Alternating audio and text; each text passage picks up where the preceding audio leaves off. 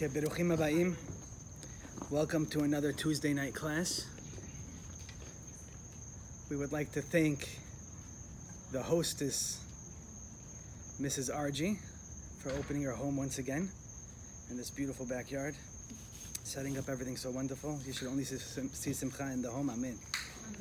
I was told before the class, I was reminded that right now it's a very hectic time in Eretz Yisrael with the rockets. This should be a azara to help them. This Torah should go to help them, that they should no one should get hurt, and the war should end soon. Amen. This is the Refuah Shelema Meir Ben Mazal, who is working on getting a kidney that's desperately needed. He should only see good things and have a Refuah Shelema. Amen. We're going to continue speaking about Hadlakat Nerot, candlelighting, what we spoke about last week. Now, there were people that told me that they want to know the bottom line. So I'm going to go over what we said last week to get the bottom line. There were some people who said, can you say it over, because they weren't here last week. So we're going to go over. This is a Halakha and Hashkafa Shi'ur. So there's going to be different parts of the parasha that we're going to get into, hopefully tied into the Halakha itself. Anyone who has questions, feel free to ask whenever you need.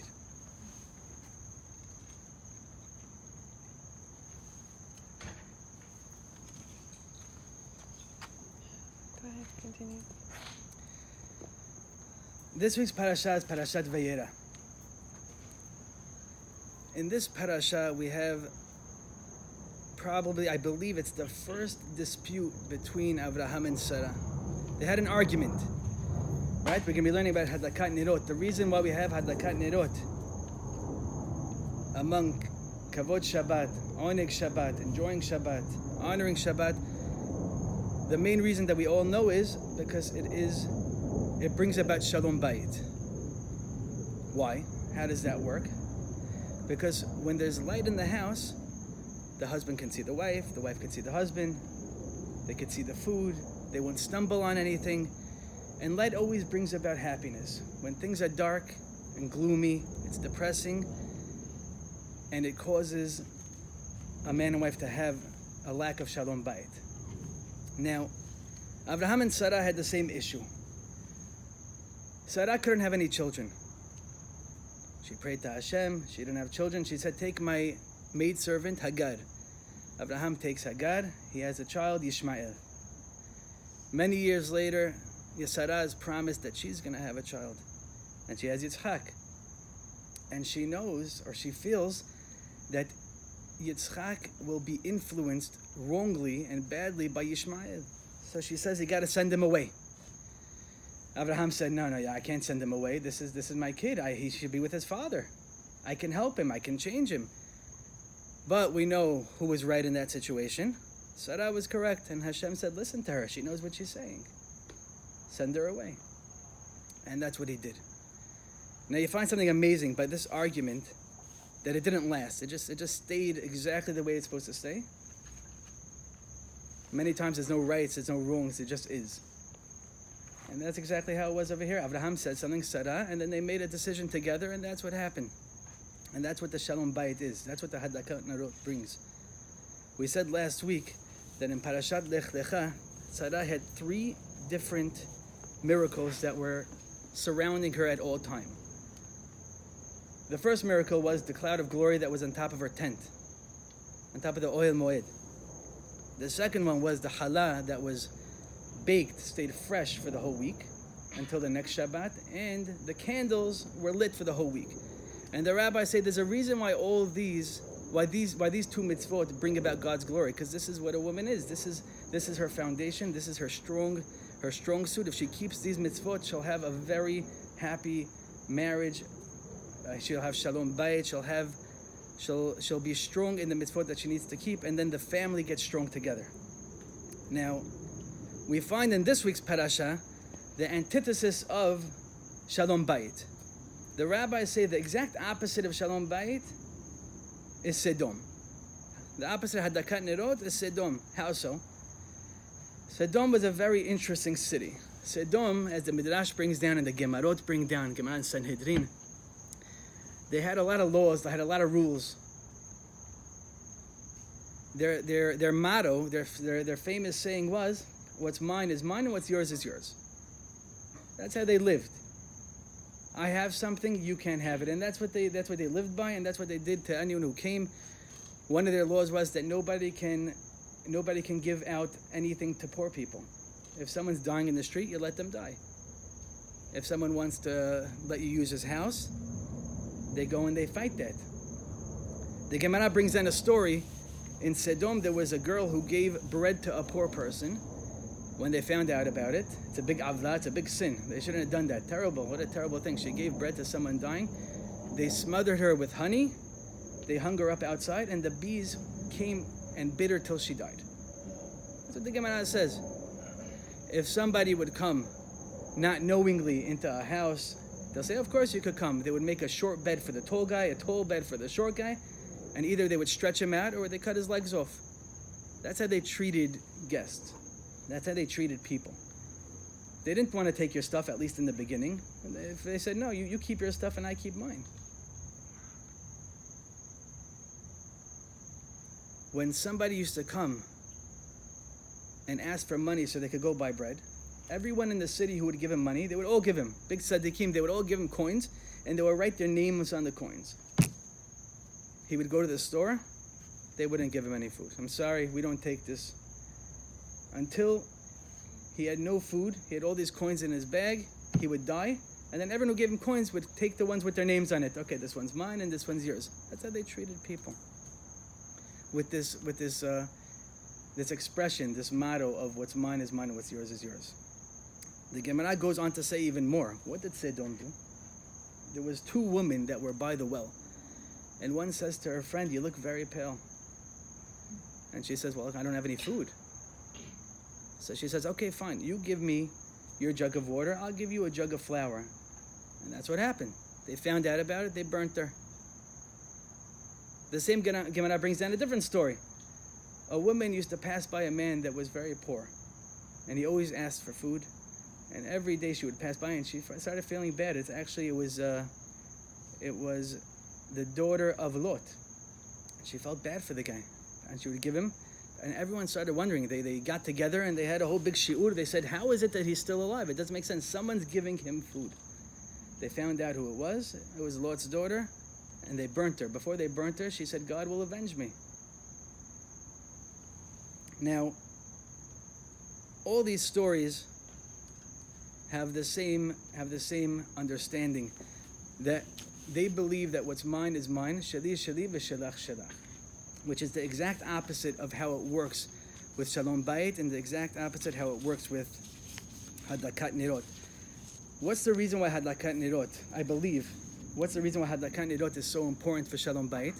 Because it's showing you that ner le'echad ner le'me'ah, that one person can use the same light as the next person. They both get the same benefit from it, same hana'ah from the same light. Right? When you light a candle, you can have 100 people in the same room. They all see the same thing. They all able to read. They're all able to see.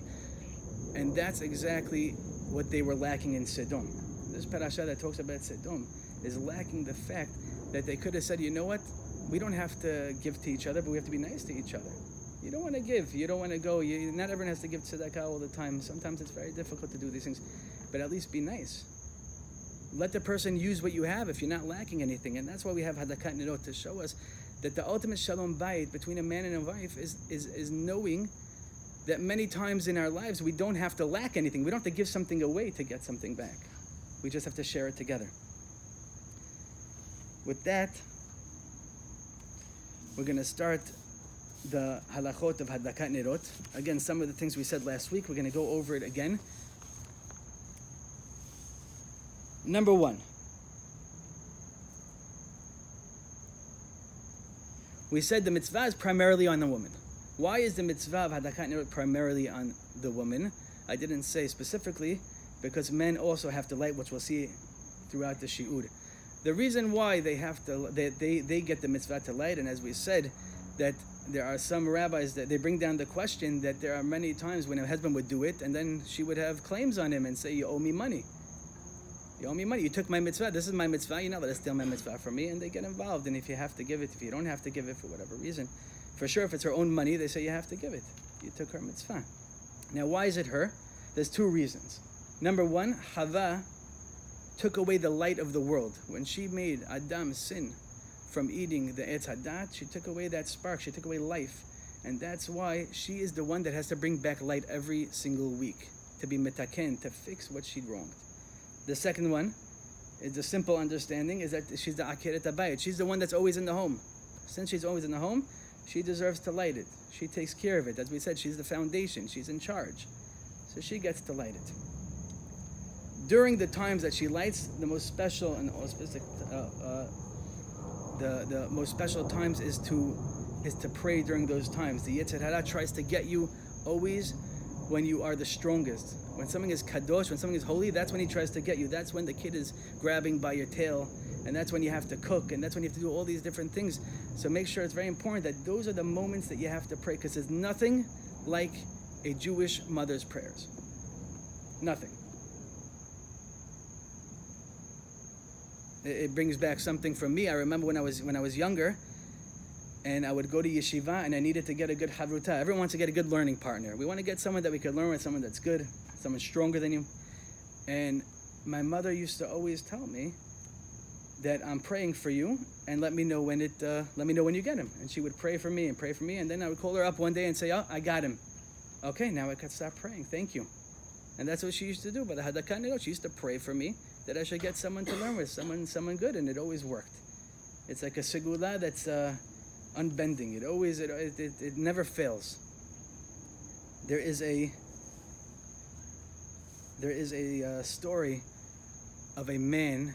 A woman. She was a widow, and she had her son in school, and her son did something that was terrible. And the Hanhala, the rabbis, got together and said, we got to see what we have to do with this boy. I don't know if we could keep him. And they came out that he has to go. Won't work. He's not good for the school. He has to go. They call in the mother, and they tell the mother, your son has to leave this school and go to a different school. We're sorry, but he did something that's unforgiving. And she says, why didn't you tell me before? And they say, we were going to tell you, but we didn't want to cause you agmad nefesh. We didn't want to cause you anxiety for no reason. We knew there was nothing that you can do to save this. He did something. If there's anything you could do, we would have told you.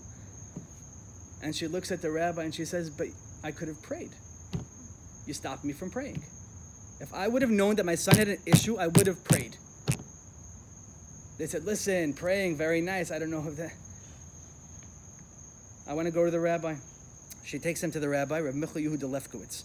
Rabbi Michal Yehuda Lefkowitz was sitting there, the woman on one side, the rabbis on the other side. He hears both sides, and he says, she's right. You stopped a Jewish mother from praying. Do you know what prayers could do? You stopped her from praying. He goes back into the school. And that's what happened. Because when a Jewish mother prays, it can break down any barrier, any wall. Now, going back to the halacha. How many candles do we light? We said there are many different customs what to light. The Rama brings down 4 or 5. The Arizal says 7. The Kaf HaChaim says 7. The Mishnah Berurah brings down 10 for the Aseret HaDibrot. There's the rabbis from Yerushalayim who say 26, and the Bnei Yisachar that says 36. What do we do? For the most part, we do 2. One keneged zachor, one keneged shamor. But really, if you don't have any, you only have 1 candle, that's good enough, because you just have to have light in the house. That's all that's needed. Everything else on top is extra. Some people have for the kids, for the boys, for the girls, for both. But the halakha is always to have 1. Now, what happens if somebody forgets to light? A woman forgets to light the candles. So this is a dispute between the Ashkenazim and the Sfaradim. The Ashkenazim hold that we knas you, that we give you a knas is a penalty.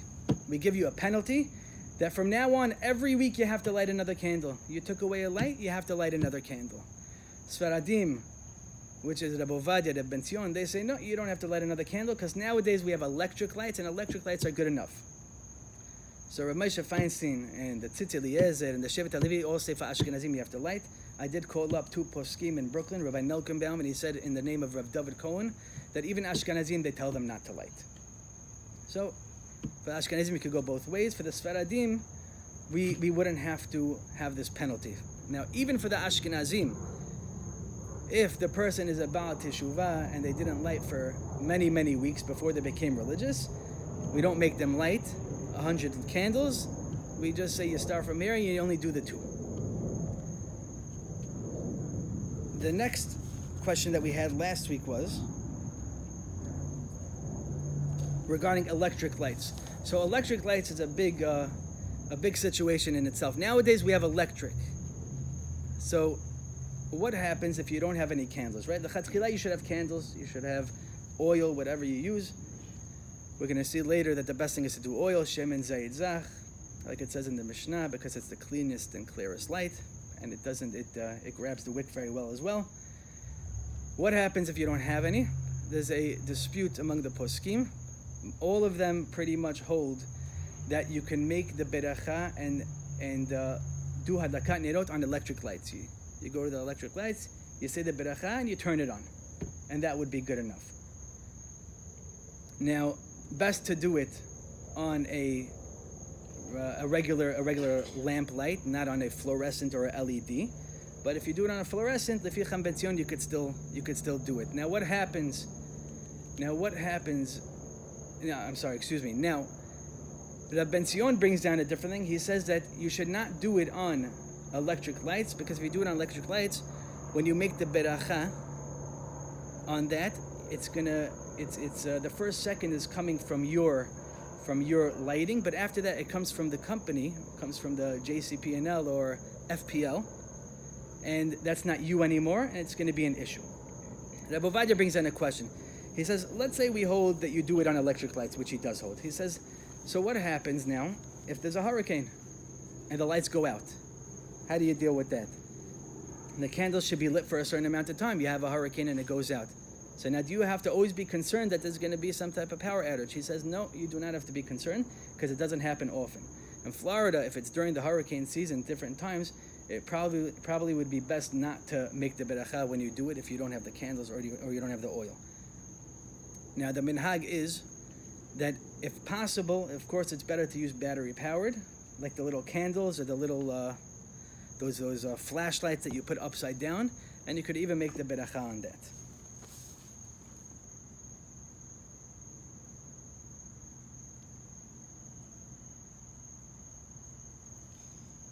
Rav Elyashiv says, since nowadays the main point is to have light, he says that you should go before you light your candles, you should turn off the lights and turn them back on, or you should have in mind when you're lighting that it's also gonna pater really your electric lights as well. Some have the minhag that the man goes around and does all the lights, so he gets part in this mitzvah, because they bring down that it says Hadlakat Nerot. A woman is chayav, she's obligated in Hadlakat Nerot, which means lighting of the candles, and not Hadlakat HaNer, not Nir. She's not chayav benir, which means that she just has to light it. That means the man does everything else. He puts the oil and the wicks and the things. Maybe he singes it before to make sure that it's easy to light after. So the man should also have part in this mitzvah.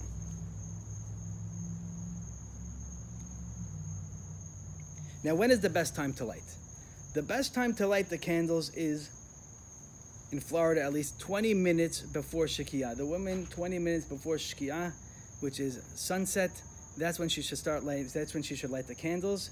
She can do that all the way until a couple of minutes before, but best to do it by the 20-minute mark. The earliest you could do it is 1.25, an hour and 25 minutes before Shkiyah. But there's going to be a major issue with that, because Sfaradim will hold that you can make a t'nai. You can make a t'nai, a condition. I'm always looking at the Israeli. You make the condition. If you make a condition that you don't want to be yotzeh the mitzvah with this lighting, then you could even do melacha after. That's the halacha. For Sfaradim, at least, you could go in a car after. You could do whatever you need to do after. For Ashkenazim, they try to do it right away. Right by Hadlakat Nerot, that's when they accept Shabbat. Now, the Mishnah Berurah brings down that if it's in case of necessity where you must do something, he says you could also make a condition and you could do it after. But for Ashkenazim, for the most part, they don't do that. Now, if you do an hour and 25 minutes before Sheki'ah, you're not allowed to make a condition anymore. No more T'nai. It doesn't work. Why? Because if you're doing it so early, then the candles are not being shown for Shabbat. It has nothing to do with Shabbat anymore. You're doing it too early. So if you could accept upon yourself Shabbat at that time, then the candles, you're showing that the candles are being done for Shabbat, and then you'll be Yotzei the mitzvah, and there'll be no problem with that. Candles that were already lit, that you didn't have in mind, you should take them out and you should light them again for Shabbat. Nowadays we don't really have these issues because we have all these electric situations.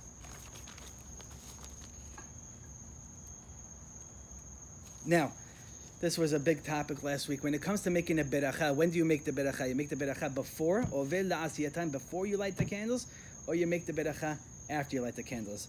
Sfaradim, for the most part, make it before.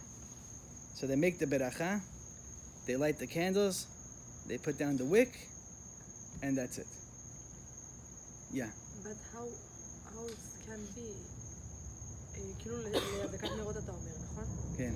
If you do ברכה, it means you put the Shabbat and after you do נרות, so it's muktzeh. Right, so you're Ashkenaziyah, right? Makes sense. So the Ashkenazim hold exactly what you said, that since you, I could just answer that very easily, that since you can make a condition, you can make a t'nai, so then you're allowed to touch the wick, there's no problem with that. So that wouldn't be a problem anyway. Ashkenazim hold, no, you're not allowed to. You have to make the beracha after. Why? Because exactly like Chava was saying, that if you're going to make the beracha before, then you already accepted upon yourself Shabbat. So how can you go and light candles? Now you're not allowed to. So that's why they would go and they would close their eyes. Ashkenazim close their eyes so not to see the candles. I was actually reading something very interesting that I've never actually seen it before, but Ashkenazim, the women, they go like this also. So I was reading, why do they go like this and start waving? That's because sometimes they have a lot of candles. And they can't go and cover all of them, so they'll just go like this. That's what I was reading. So that's why they have this minhag to do it like that. Beautiful. Not to bring the kedusha. Yeah, that's what I thought. It was Take the kedusha. Yeah. If you think that's kedusha, yeah, go for it. And now, and then you cover your eyes, and you have those moments with Hashem, and you make the beracha, right? So if a person a Sfaradi that has this again. wanted to hear the shiur. If a person has the minhag to do it after, for Sfaradim, Rabbi Ovadia brings down very strong that you should switch it and you should do it before. You should switch the minhag entirely, and that's why, as we said, my grandfather Chamtzion Masaton from Ahiezer, who had the minhag, he was Shami, Syrian, he had the minhag, like the Ramah to do it after, he switched it to before. Now Cham Ben Zion brings down that if a person who doesn't have a custom, for sure do it like Maran and do it before. If you already have the custom, you don't have to switch.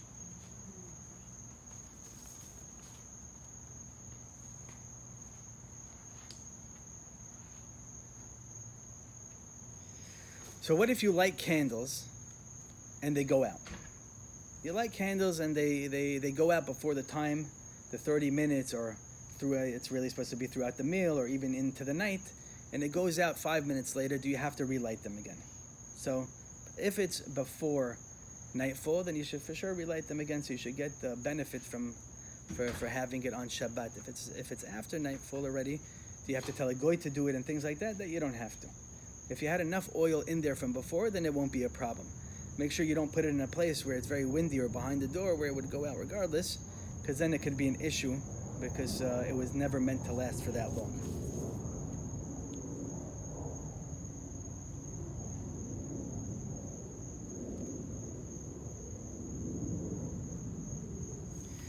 So now this comes up very often. If you eat yes?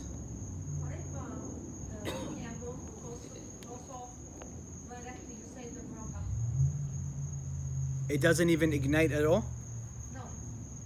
You light, you say the bracha, you light, and then one of the candles goes out. But it was lit for that moment. Yeah. So for Ashkenazim who wouldn't go in and they would accept Shabbat, they for sure shouldn't light it again. They could leave it on because it's enough to have the light that it lit for that time, and you have the other candle, so that wouldn't be a problem regardless, and you have the electric lights for Sfaradim, Party custom. so then you should light it again if it's before nightfall. Thank you. Now if you eat... Is that in your head that you're accepting the Shabbat? Okay, so if you have in mind to accept Shabbat, which is the best thing to do. Everyone should accept Shabbat by the time when they light the candle. So if you have that in mind, then you shouldn't light the candle. If it goes out, you just leave it. If you are eating out, so if you eat out and now you don't know where to light, do you light in your home where you're sleeping, or do you light in the place where you're eating? So the rabbis bring down, you go by whatever's permanent. And whatever's more permanent is the place where you sleep. So you should light it where you sleep. Now, people who are nervous about that, then they could light it where they're eating. But it's better to light it where you sleep, but make sure that you light it enough time that it lasts for the time that you get back home. Because you have to have some benefit from those candles, especially if you're leaving before it's sunset, before it gets night. Now, if you eat out and you sleep out, what do you do? Again, the rabbis say it goes by where you sleep, because that's the more permanent thing. But for some reason, if you don't feel comfortable, or the people you're staying by don't feel comfortable, or the house that you're staying in, then you could do it where you're eating as well. So all this was basically a review of last week. Now we're going to get up to the new things. Actually, no, this one's important. How many blessings does a person make? You have a woman that's making a blessing. She's making Hadlakat Nerot on the house, on the home. This is her home. And now she has guests. Do the guests make the beracha also, or do they not make a beracha? What about the people who live in the house? The daughters are lighting. Do they make the beracha, or do they not make the beracha? So, according to Sfaradim, for sure, we do not make the beracha whatsoever. Only one person makes it and has everyone else in mind. Regarding a daughter-in-law or a daughter who is by the parent, the same thing applies, that she should just be yotzeh the mitzvah with her mother, and she shouldn't make the beracha. This is according to everyone. If the mother already lit, or you want to specifically light yourself with a beracha, then have in mind not to fulfill the obligation with the person you're staying by, with your mother or the hostess.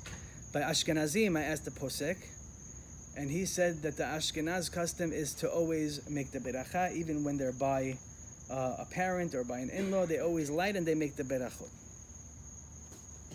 I have a question. Yes. So my mom, she follows Ashkenaz customs. I follow Sephardic. And when I'm staying at her house, what do I do? Just have in mind with her. Okay, so I don't say No. the bracha. Yeah, have in mind that you're going to be yotzeh with her, and then you light your lights. Okay. Going all the way back to the beginning, even the person who has the custom to light 2, 3, 4, 5, 6, 7, when not 2, 3, 4, 5, 6, 7 are on, when she goes out, she does not have to light any of the extra ones. She just has to light the 2 that that are we'll call it an obligation, the regular 2 for Shamot and Zachor. I have a follow-up question, sorry. Yeah. But do I light my candles before she says the bracha or after? Because if she's lighting and then saying the bracha, then do I light when she lights, or do I light after she That's a says good the bracha? question. I wouldn't think it makes a difference, Okay. because the lighting is going on whatever beracha she made, either before or after.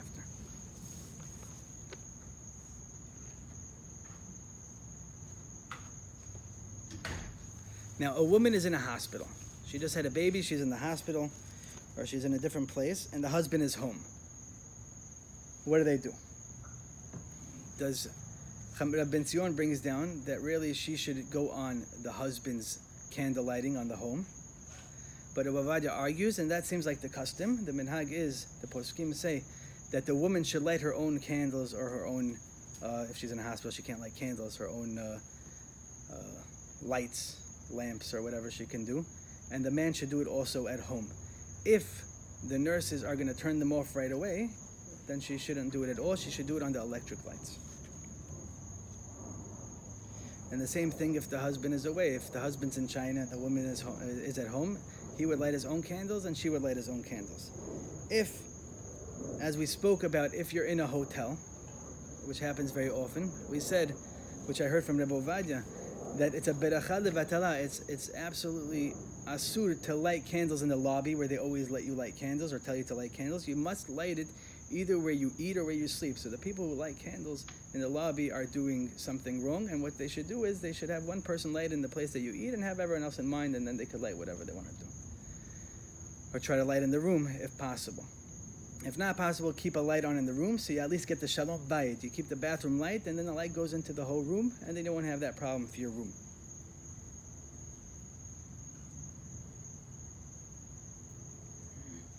If the husband is staying by the in-laws or by the parents and the wife is in the hospital, the husband doesn't light his candles. He just goes on wherever he's staying, and she's going to be the one lighting in the hospital for herself. Now, what happens when you have girls that are not married? They're dorming, or boys that are dorming. How does that work? So if you have girls that are dorming, the minhag, the hadlakat for the Sfaradim is that they do not light, and they go all the way to their parents' home, and they wouldn't have to make any candle lighting. Reb Ben Zion argues, Reb Ben Zion says it depends if they're in the same time zone. If they're in the same time zone, then that's okay. If they're not in the same time zone, that means their parents are not lighting at any time where they have to keep Shabbat or not keep Shabbat. He says not to, but the minhag is still that we go, if it's out of the time zone, you still go on the parents. For Ashkenazim, it's a little bit different, and Ashkenazim would have one person lighting and have everyone else in mind. The same thing applies to the boys. If you have boys dorming, they should have one of the women there, or the Rosh Hashiva's wife, and she would light, or even the boy could light if there's no one else, no woman, and have everyone else in mind. That's by the Ashkenazim. But the Sfaradim, it would go on the parents. In all cases where there's an issue and you don't know what to do, it's always best to be mishtatif. You should have in mind to maybe give money or tell them you want to have a part in the mitzvah for the person that you're staying by. Especially in a case where they don't have full access. Many times we don't have full access to a room. The room has to be considered yours if you want to light in it. So if somebody could come in and take whatever they want from the room, then it's not considered yours, and then it would be a problem to light in there regardless. Now, I got a question after the first class. The woman asked, she said, I cannot light in my dining room because there's no place to light for some reason, and the kids are going to mess it up if they light. If I light there, what should I do? So the poskim say that in a case where you can't light in the dining room, best to light in the kitchen. That's where you have a lot of the usage and the prep and whatever you have to do with the food. And then you can't do that, then you light in the bedroom. Now, Ashkenazim, you'll find many times light on the table. They have this minhag to light on the table. It does bring about a couple of issues because it's considered mukseh after the light goes out. So you have to put a chal or a ring or something important on it so that you could move it after. But she didn't want to put it on the table either. She thought that it would mess it up. At the end, she texted me that they put it in the dining room and there was no problem, which for the most part there would be no problem with that. Now, that is basically from soup to nuts all the Hadlakat Nerot that a woman needs to know to fulfill this mitzvah to the fullest. Like we said, that when a woman does Hadlakat Nerot the right way, she has banim tamidei chachamim. Her kids are going to be very special kids, very holy kids. And the rabbis asked, there's so many women that do it. Everyone lights a candle. Nothing happens. Their kids are regular kids. And they say the reason why is because we don't know the halachot. Let them go to classes, learn the halachot. They say even get a nice candelabra. Make sure you have nice candlesticks. Show that the mitzvah is important. And bevadai, the kids will be special kids. So Be'ezat Hashem, with this, we should really understand the mitzvah and work on it to its fullest. And now I want to bring in an interesting question on the parasha. I have one. Yes. So, like, let's say if somebody's staying somewhere and they decide to light in their room that they're in, is it like, if it's like just like one room, is it, let's say if the couple wants to have relations or something, is it disrespectful, like, to the Shabbat candles to Well, have that, well, regardless, it's not permitted to have relations in a place where the candles are lit. There can't be any light coming in that area, so you would have to block it with something. so that there would be no issue. But that's a very good question, because they bring down that a woman should not change the baby's diaper in front of the candles, and everything should be done sanua because it's considered kadosh. Very good question. Or if they go out already. If the lights go out, Yeah. then that's fine. It's the flame itself. It's not the candle. The candle you could throw out after Shabbat, right? It's the flame that's holy. Anything else on Hadlakat Nerot, or we're good? Yes. You said that you can light, like if you don't have candles, for example, in a hospital room, then you can leave a light on. But do you say a bracha on the light? Yes, you make a beracha. So what if you turn the light, the light that you use is the light in the bathroom? Because you don't want the light in the room if you're going to sleep, right? Like a woman just had a baby, she doesn't want to leave the light on Friday night, she wants to sleep. So you would turn on the light in the bathroom. Right, it would be the same, it would be the same halakha. That's a great question. Because it's about the light, and it's not about where the light is. Not LED. Okay. No, but I'm saying if you're turning on the light in the bathroom, you can't say a bracha in the bathroom. Right, so you would make the beracha before, with your head the other way, and then you would do the light. There is a question in this week's parasha. Not really a question. There's a dispute between Rashi and the Rambam. Those are the two big ones. Rashi and the Rambam. What were the 10 tests of Abraham? He had 10 tests, and that's what made him into the great person that he became. And the rabbis dispute what were the tests. We know one of them was lech lecha, that you should leave your land. You should go to a place where you don't know where you're going. The next one was Nimrod, being thrown into a fiery furnace. That was one of his tests. And then they say that it goes in levels. It starts from the bottom, it goes all the way up. What was the hardest test that he had? It was the binding of Yitzchak. It was killing his son Yitzchak. That everyone agrees on, right? Which seems very simple. Yeah, killing your son would be the hardest thing to do, especially when he had a dilemma that was so emotional that God said that he is going to be the one that's going to bring about world Jewry. Everyone's going to come from him. He made everyone religious, all the people. He said, don't go to Baal, don't kill your kids. And now all of a sudden, what's he doing? He's doing the same exact thing he told them not to do. He's taking his kid and he's killing the kid. So they say that's the hardest test. Now everyone says that's the hardest test besides for one Rishon. And this is Rabbeinu Yonah. Rabbeinu Yonah says that was not his hardest test. They say his hardest test was burying his wife Sarah. Now why was that his hardest test? It doesn't seem so difficult. It seems like the hardest thing should be is killing your son. Why would be burying your wife so hard? And he explains, or the rabbis explain, the reason why it was so hard is because Ephron was that salesman, that sleazy, schemy, terrible person that switched the deal on him time and time again. And finally, he's there and he just wants to go and bury his wife. He's holding up his wife. What does it mean, bury? In Hebrew. He's holding the metah, he's holding the dead body in his hands. And he just wants to bury his wife, and the guy's not letting him.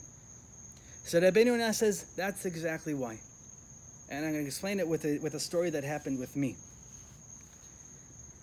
6 months after I got married, it took a long time, but I convinced my wife to move to Israel. Day in, day out. She doesn't know. I had her friends. I went to her friends. I said, listen, you got to talk to my wife. You got to tell her to go to Israel. She didn't want to do it. Until finally she said, okay, you know what? Let's do it. Let's move to Israel. Amazing. I take all my stuff that's in Lakewood. That's where we were living at the time. I rent out the house. I tell the guy, you could take whatever you want. I'm moving to Ramat Eshkol. I think it was Yam Suf 13. That's where we moved, Yam Suf 13. Now, when we were going on this trip, very excited. My wife was, she was still very scared. She was crying in the car, I recall. And we get all the way to the airport, and we're in front of the airport, and we have all our bags with us. And the man behind starts weighing our bags. And he says, listen, your bags weigh too much. You got to switch them around, so right? It's always the Jews. That you have to go and you have to open it and put this into here. And we had like 60 pounds worth of meat, because the meat in Israel is It's not great. So we had all this meat, and we was trying to switch bags. Finally, we figured it out. 2 of the bags were overweight. The guy said $150 a bag overweight. And I said, that's crazy. I don't have $300. I'm a kollel guy. I'm learning. I drink tap water when I go to the restaurant. I don't get bottled water. I'm not spending $300 on this. And I have an idea. An extra bag, how much does it cost? $50. We'll get another bag. We'll pay the extra $50, and then we'll have 5 bags. Shalom Yisrael, no problem. My wife says, okay, I'm going to do it. And she goes inside. She walks through security. She goes to every store. They don't sell bags, right? Nobody knows why. They don't sell any bags. So I say, I have a friend who lives close to JFK, 15 minutes away. I'm going to call him up. I'm going to have him bring me one of his bags, and then we're going to do it there. I call him up. It was Chaim. His name is Chaim. And I say, Chaim, I need a bag. It's dachuf. I need it right away. He said, no problem. I'm on my way. He brings me this duffel bag. And now we're taking all the stuff. We're putting it in the duffel bag. Everything's perfect. 50, 50, 50. They were all 50 pounds. He's like, okay, you made it. And then he says, no, sorry. You didn't make it. He said, you can go. Your bags have to stay. You can't put them under. Now I'm thinking, come on. This is crazy. Is there something you could do? Look, my wife's crying. No, I don't care if she cries. Nothing you could do. You have to leave it here. So now I'm all pumped up, and I'm like, you know what? I'm going to Israel. Nothing else matters. Leave it here. Leave all the bags here, and I'm going. Well, I was taking out, an undershirt and her jewelry, and she's crying. And then I go to one of the guys, and I said, can you watch my bags? I'm going to have my friend come back. He's 20 minutes away. No, we can't watch bags. It could be a bomb, right? You know, it always says, if you see any bags, say something. But I found a guy for $20 who did it. And I give him $20, and I say, here you go. Make sure you go. I got his number, and I said, when my friend comes, you text me. I'll have him text me. He said, no problem. And then we go up, and she's holding her jewelry. We have no bags over there. No, you're going to Israel, right, Chava? What else matters? Nothing. Aliyah le'eretz Yisrael. And we're walking through. I think they were calling our names even on the loudspeaker. We're waiting for David and Joel Elbaz, and we're running through. And okay, we got to see your passports. She's bawling. I'm sorry, she's right here. She's crying, and the person looks at the passport and says, you can't go. So I say, why can't I go to Israel? She's like, because your wife didn't sign it. She switched her name. Validate it. We didn't know what that Validate means to sign it. Your wife didn't validate the passport. She didn't sign it, and you have to sign it. And then he sees she's crying. He says, what's wrong? She says, well, we don't have any bags, and I don't have anything, and I'm going to this place, and it's, you know what? Just come back tomorrow. I'll switch your flight. Actually, it was a Thursday night. Come back Sunday, we'll switch your flight. Now, we weren't happy about that. I had to call the person that I was staying by. I said, listen, we're not going to stay by you anymore. We switched it. We go back to Deal. Now we're back in Deal. I get all my bags. I go back to the guy's house. I get my bags, and I'm in Deal. And my father-in-law, who flies all the time, he says, you guys don't know how to do it. I'm going to do it right. I'm going to make sure you get there. Right? He's one of these very hyperactive SY type of guys. It's done. And he goes. We had a whole family trip, and we're driving there. My wife's checking every second. Is it on time? Is it on time? Everything's perfect. We get there. The flight's canceled. Why is it canceled? No reason. No reason. What no reason? Is it going to be another one? No, another one. That's it. If you want, you go to this terminal, maybe you could switch the flight. Now, I was still very happy. And I'm like, this is Israel. And I said, Eretz Yisrael niknet bi yisurin. You want to acquire Israel? It's with pain. Give it to me. I am ready for this. And we finally find... That's why you got hit in the head with a bird. Yeah, right? We finally find an airline that's willing to take us tomorrow or the next day. We're going to go there. I go to my parents in Brooklyn. The next day, we leave to the airport 8 hours early. We are not missing this flight. 8 hours. There was 3 flights coming and going, and we're just sitting there. We're very happy. Everything's good. We get on the plane, and since they switched the plane, they forgot our kosher food. So we're sitting there 12 hours, no kosher food. In those days, I shouldn't say it. It's on camera. And it was a stopover, that's true. Yeah, we had a stopover, and they switched, and we had no kosher food. We're halav Yisrael. We couldn't eat anything anyway. Now this person goes and she says, you have any food? We have no food. We're going to die over here. We got nothing. And she was very sweet. And she said, okay, listen, all you can eat Pringles. As many as you want. Right? Till today, I cannot eat Pringles. Because all those Pringles, and we're having it. And we're looking, okay, sour cream's OUD. We can't have that. And this, just original. Original's the worst. And we're eating Pringles the whole trip. We finally get there. We're in Israel. I'm like, we're going to go to the Kotel right now with the bags. She's tired. And we're going around the bags. And we get all 3 bags. We're missing 1 bag. We're missing the bag. Where's the bag? She says, listen, it didn't even arrive yet. It's still over there. I said, I have no problem that I don't have a bag. But that bag had all my meat in it. I need that bag. That was $500 worth of meat. And no, it's going to get to you. Don't worry about it. Okay, we go. We get in the Neshed. We go to the place. 3 days later, we get the bag. Green meat. Everything's moldy. We had to throw it all out. But we're still happy. Now, the day after we arrived, we found out that my wife is pregnant. Now, I said, Eretz Yisrael made you pregnant. This is exactly it. You see what happens? You come here, you're pregnant. Now, it's hard for her to say, yeah, while she's puking inside the toilet.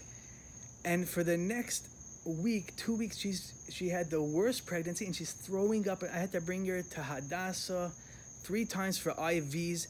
It was, when we used to eat out, you know Hansel and Gretel, where they used to leave like pieces of bread?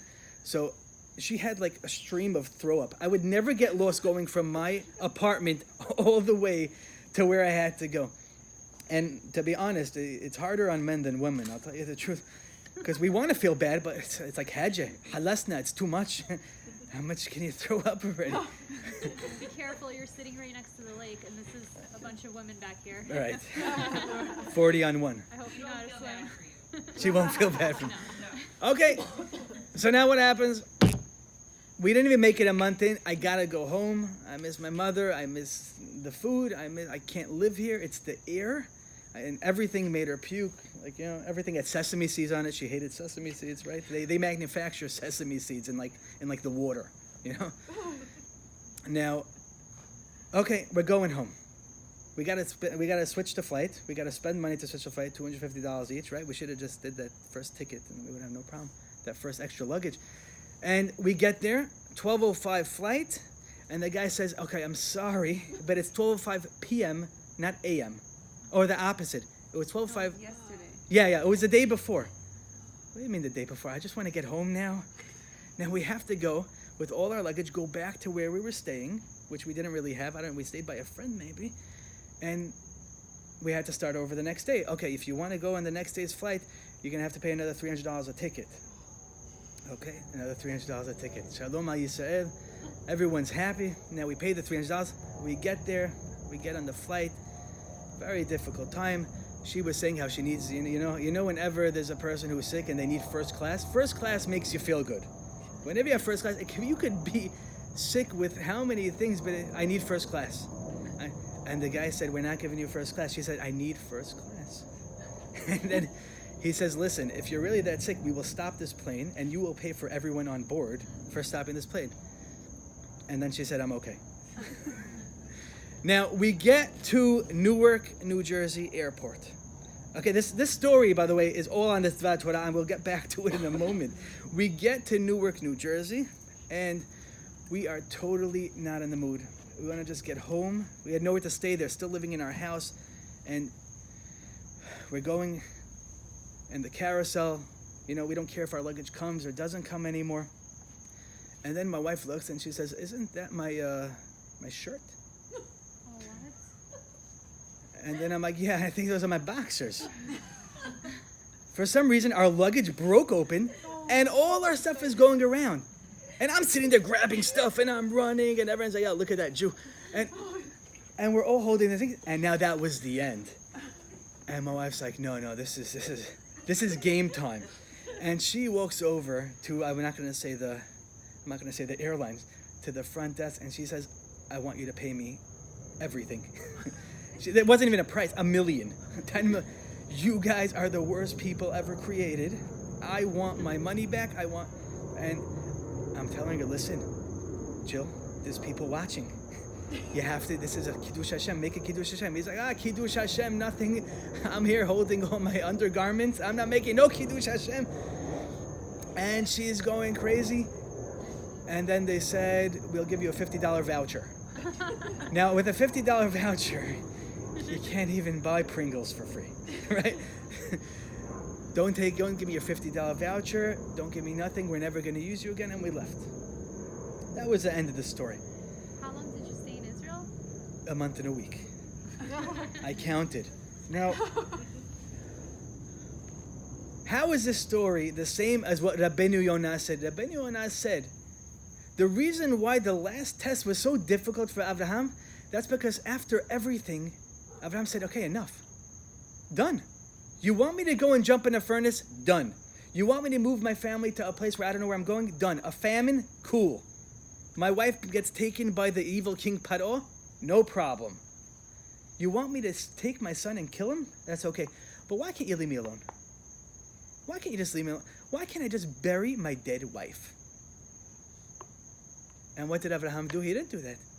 He went, he bowed down to Ephron, he called him master. And Abraham was teaching that the tests never end. Yeah, you had 10 big tests. This is the last one. You know why this is the last one? Because right when you think it's over, it's not over. That was the straw that broke the camel's back. That little thing. And that was the same with us. We can go through the puking and the Pringles and the missing the flights and the money. But for some reason, once our luggage rips, okay, now it's over. Why? Because that was the last thing. Like, why does this have to happen? Now it makes a lot of sense, Rabbeinu Yonah. Makes amazing sense. That last thing is the one that hurts everything. And this is the same thing with what we understand from Hadlakat Nerot, from marriage. That you have, I brought this down many times, but you have so many issues that a couple goes through. So many problems. You have people that can't have kids for years. And they're going through a very hard problem. You have tzad gidul banim. You have people who aren't feeling well, kids that are sick. And then what is the thing that bothers the man or the woman? That toothpaste cover that you didn't put on. Come on. But that's what bothers. Why? You know what? Because we can go through everything, but why do you have to do that little thing at the end? But if we understand this, Rabbeinu Yonah, that it's the last thing that God is testing you on. You have to work on that last thing. When you understand from the story of going to Eretz Yisrael, that you can go through anything, but your luggage ripped, that's what you should have been okay about. That's what bothered you. It's that toothpaste cover. It's the socks on the chair. It's all those little things that you should let go. That's when it comes back to haunt you. That's when it comes back to bite you. Be'ezrat Hashem, if we take the concept of Hadlakat Nerot to heart and understand that it's all about Shlom Bayit. Everything important. Don't worry, I'm going to the shul. I'm going to have a separate class to the men all on this. Yeah, because you go to the woman, and the woman say, you heard what the rabbi said? And then the man says, you heard what the rabbi said? And then nobody gets anything. Because everyone's just saying, everyone hears what they want to hear. But if you take it to heart, that having an extra light, candles, electric lights can change everything. You can look at her. Look how beautiful you look. You can see him. Wow, you know what? Thank you so much for smiling when you saw me, for appreciating my food. When you look at food with that eyesight, it's a whole different food, and that's what Shlom Bayit is. It's all about those little things that come at the end that bother you, that you have to take away. It's about the little things that make a difference in a person's life. I still have now, I have different spies that are trying to, that I make go to my wife and ask her little things, because I can't do the big things right now, but the little things I could do, tell her, what does she want? These little things that she wants, because the little things matters. When you do a little thing for a husband, you should know, I'm going to give you right now, because there's no men here, husbands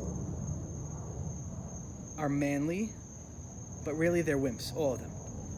They're all wimps. They're hopeless romantics. They all want the little cute thing. They want to hold your hand in the street, but they want to, I'm not going to hold it. There's a guy looking. Well, all of a sudden, a guy's looking, I'm not going to hold it. It's those little things that matter. It's those little things. They try to be tough, but really they're not tough. They want to do, if you treat your husband like a king, he's going to treat you like a queen. It's always how it is. And sometimes it doesn't work, right? We all try to be heroes. That's life. We want to be a hero. Why are the movies with the superheroes, why are they so popular? Because you're envisioning yourself that you're that person. I can do anything. Not always does it work. It's a work in progress. It's difficult. Not always do you win. That's when inspiration kicks in. A week ago, I get a call from my brother. in Jersey, and he tells me that I gave a number to a woman here in Jersey who has a cousin that lives in Florida who needs to be buried Jewishly. He needs to be buried Jewishly. The mother is a psychopath, and she wants to cremate him. She doesn't care what happens to him, and I know what he wanted. He's a 42-year-old man. He's brain dead. He's dead. So I said, okay, give me the info, and I'll try to help him out. I'll try to work it out. Give me the mothers. Give me this. And she calls me back right away. She's like, I'm sorry, no, he's not dead yet. They want to pull the plug. I said, pull the plug? You're not going to pull the plug on someone. Right? In Florida, it's much worse. It's much harder because they have a thing that if you're brain dead, then you can pull the plug right away. So I'm thinking, what should I do now? Now, what comes into mind, like every man? Okay, I'm going to be the hero. And I'm like envisioning what's going to happen. I'm going to get to the hospital. I'm going to make sure that he lives. And then he's going to wake up from his coma, his brain dead, and he's going to say, Rabbi, you saved my life. You know, like one of those things. And then everyone's going to be happy, you know? And then I can tell my grandkids, I saved this person, and look at him. He has descendants that are rabbis in Israel and Bnei Brak. But 15 minutes while I was driving, they said they pulled the plug. Right? You try to be the hero, but you can't always be the hero. It doesn't always work. Sometimes things don't work out, but that's also good because that's what God wants. God wants you to try. And if you let the little things go, if you still go through the motions and you still try to drive and try to get there and try to help out, even if it doesn't work out again, that's what Shalom Bayit is. That's what the Hadlakat Nerot is showing. It's showing that a little light can take away as much darkness as you think. Bezat Hashem, we keep all these concepts in mind. We can have a true Shalom Bayit. The people who are going to get married can get ready for it, to understand what it's going to be like when you live with a man, when the man lives with a woman. We can understand what goes on with the whole situation between Abraham and Sarah, even when they argue, even when they had a dispute of what to do at the end. The Torah doesn't get involved in it anymore. You know why? Because it wasn't a fight. It was a give and take, because that's what life is about. To know that we're the opposite of Sodom. That Sodom is a place where what's mine is mine, what's yours is yours, and we're the opposite. We have one candle, everyone can use it. You give to the other person. And with this and the Hadlakat and Hadlakat Nerot, we should build the true Bayit Ne'eman B'Yisrael. Amen. Amen. I have two questions. Okay. One, Sarah, wasn't she like Abraham went to sacrifice his son, but didn't she end up being like the Korban because she died? That's a great question. Like, So the Pasuk says in Chaye Sarah, it says, how old was Sarah? Chava Yodea? When did she die? 127. And the Torah says, the rabbis say, why do you have to tell us 120 and 7? It doesn't say 120, 100, to tell you that every day was accounted for. She was supposed to die at exactly that moment, 127. So what did the Yetzer Hara do? He tried to mess it up. He tried to make Abraham think, oh, she died because of that. That's why it says, Livkota, when Abraham went to go and cry for her, a little bit. He didn't cry a lot. He cried just enough because he knew that this was important. Why did the Yetzer Hara do it? Because the Yetzer Hara knew that this was the most important mitzvah. Rosh Hashanah, every Rosh Hashanah we talk about Akedat Yitzchak. This mitzvah lasted till Mashiach it's going to last. If he would have thought for an iota, for a second, that, oh, you know what, I did such a mitzvah but my wife died, we would have lost that zechut and we wouldn't last till Mashiach. He won. He won that test to its fullest, knowing that she died exactly when she was supposed to die, 127, and it was all played out by the Yetzer Hara and by Hashem to make sure that he fails, which he didn't. Which they say also by the ram. It says Rav Aaron Cutler. I was reading. Rav Aaron Cutler says the ram runs and it goes into the tree. He turns around, God says to Abraham, turn around. I want you to shech the ram, slaughter the ram. And Aaron Cutler says he saw the ram in the tree. It was tied up. He said, why was it tied? Why did the horns get stuck in the tree? Why couldn't, you know what? He did such a big mitzvah. Just let the ram come to him and let him go and shech. Why does it have to do that? And Rav Aaron Cutler said, because the Yetzer Hara made sure that happened. Because he wanted to take away from the mitzvah. Imagine Avraham Avinu said, you know what? I'm not going to kill my kid. Now I'm going to kill this ram. But why does God have to put it in the tree? If he would have taken away a little bit of that mitzvah, it wouldn't have lasted. That's why the Yetzer Hara is the one that did it. But Abraham said no. He knew otherwise. He said, no, I'm going to make sure that this is its fullest. And my other question was, why did he return to Hagar after if he had so much affection for Sarah? Why would he return to Hagar? Like, why did he marry Hagar again? Well, first of all, in the days of old, it was very different, where men had more than one wife, and they had pilagshim and concubines and all these different things. But I believe simply that he loved her also so much. It was his wife. He married. He had a kid from her. Right? It's not like it's not nothing. And she was a special person. She was a princess from Egypt. So he had affection for her also. Good? Yes. When you brought this up in the beginning, the state of Kaaba, where we're still now, to this day, like, suffering from it.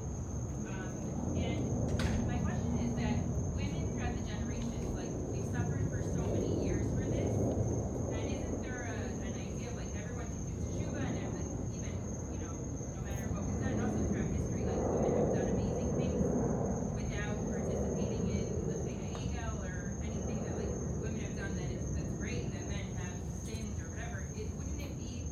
Doesn't it get to a point where, like, we've suffered enough with Zava's sin, and, like, can't we be doing teshuva for that and then not have to barf during pregnancy anymore? That's a good question. So the question is, why are we still Paying for. being in pain Like, and men paying? have done so many worse things than that. Well, okay. Okay. Men also they have to work, Okay. right? They got everything straight up to them, and now they have to go and they have to toil on the ground and work and make sure that everything grows But they and don't everything have to stays. push a watermelon out of there. Nowadays, women barf and work also. Women, Women have to barf and work. Yeah. I'm sure they still had to do that. I'm saying they didn't have to wait the 9 months, but they still had to do that. That's my question. No, my question is just that Okay, so that's a very good question. Why do women still have to pay for such a problem? So if you look in the Pesukim, you'll find something amazing. You'll find that God gave Chava and Adam the ability to do that teshuvah. And the Midrash, the rabbis bring down that if they would have said, I'm sorry, chatati aviti pashati, we would have no problem. We would be in Gan Eden, women wouldn't have to do all that stuff, men wouldn't have to do that stuff, we would all be happy and we'll be dancing around in a circle. But that's not what happened. God said, Ayeka, where are you? Where are you? And they said, well, we covered ourselves. How did you know you were naked? And then he says, did you eat from the tree that I told you not to eat from? And Adam said, what did he say? He said, the woman that you gave me, she gave me from the tree. Now the rabbis bring down that if Adam would have just said, I'm so sorry. You're right, I should not have eaten from it, everything would have been fine. But he didn't, he blamed it on her. Then he goes to Hava. And he goes to Hava and he says the same thing. And she says, Nachash. Nachash made me do it. And the rabbis bring down even more. If Chava would have said, I'm sorry, she would have been forgiven, and Adam. And she didn't do it. So the teshuvah wasn't 100% teshuvah, especially at the moment when they were in the middle of doing the sin. That's the simple answer. There is another very esoteric answer. Do you want it? Yeah. So there's a different answer that they bring down. I forgot the sefer. But they ask the question in general. They say, why am I punished at all because of what Adam did? I didn't do anything. I didn't do anything. I didn't eat from it. Gemara says you can't punish a son on the parent's issues. A parent does something wrong, you don't punish the son. So how can we go and be punished from what our parents did? It doesn't make sense. And they answer, the sefer answers, I think it's Ma'alat HaMidot, I don't remember the sefer, that how many neshamot are in the world? There are 600,000 neshamot that are in the world. We said this once before. 600,000 neshamot. That's all. We have 14.5 million Jews because they have a man and woman. They're considered one neshama. You get different sparks from different places. But just 600,000. As they say, a Sefer Torah has 600,000 letters. If you actually count it, it's 300,000. Why do they say 600,000? Because every letter is actually 2 or 3. You have a Yod, you have a Vav, you have a this. They're all combined into different to equal 600,000. And they say that if you go and take away one of the letters, Torah is pasul. Why? Because every person is needed. Just like every letter is needed, every person's needed. If you weren't needed, you wouldn't be here anymore. Now, these 600,000 neshamot, it's probably from Kabbalah, the Mekubalim bring down, were inside of Adam. He had everyone's neshamot. His body was full of neshamot. And when you were inside of him, right, you were in the arm. And you didn't say, no, don't touch that. You didn't say anything. You wanted to eat it also. That's why you're going to be punished for that also. So that you're punished because you did the sin as well. That's why this is mitaken. This teshuvah is going on and on and on. If you want to know on a bigger concept is that you find that when Hashem met Moshe Rabbeinu for the first time, he made it like he knew him already. He called him my faithful one. He never spoke to him before. He was by the burning bush. He never spoke to Moshe Rabbeinu before. And he says, my faithful one. Why is he saying my faithful? Why is he talking to him like he knows him already? And the rabbis bring down is because he knew him from when he was inside Adam Arishon. Why was he faithful? Because he didn't eat from the Etz Hadat. Now ask me a good question. Everybody ate from it. Right? We were all inside and we all ate from it. The rabbis say, no, Moshe Rabbeinu was in the windpipe. He was the only one that did not get any hana'ah from it. If it would have went down that pipe, he would have choked. He was the only one that didn't. That's why he was the faithful one. That's why he was the one that didn't get any hana'ah. That's why he's the perfect person to take out the Jews from Mitzrayim. Does that answer it up a little bit? Sure. Like, it wasn't his choice because he was in the windpipe. That's true. That's true. I'm sure if he was in the hand, he also would have said stop. But that's true. It's much deeper than me. I can't... Tov? Hazaku Baruch. Yes, we're not having a class next week. Next Tuesday, we're going to start again in 2 weeks. I'm thinking, I don't know if it's